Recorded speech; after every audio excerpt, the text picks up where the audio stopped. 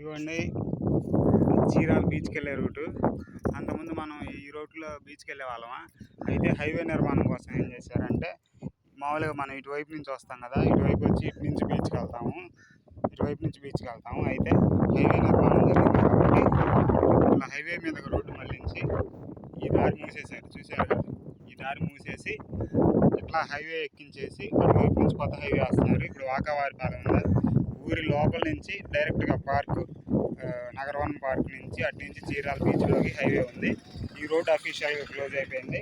ఇంకెక్కడ నుంచి మనం చీరాల బీచ్కి వెళ్ళాలంటే ఈ హైవే ఎక్కి ఇటువైపు నుంచి హైవే నుంచి డైరెక్ట్గా చీరాల బీచ్లో దిగుతాం అన్నమాట. ఇప్పుడు దాకా మొన్నటి దాకా ఈ రోడ్ మీద వెళ్ళిపోయే వాళ్ళం. ఇప్పుడు ఏం చేశారంటే పూర్తిగా హైవే ఎక్కించేశారు.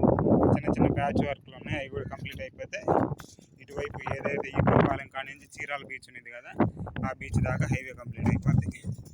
ఇవి చూపిస్తాను కొద్దిగా. ఇవన్నీ అట్లా పూర్తిగా హైవే ఎక్కించేశారు. ఆ రోడ్లో మనం చీరాల బీచ్కి వెళ్ళేవాళ్ళం. ఇప్పుడు కొత్తగా ఈ హైవే వచ్చేసింది.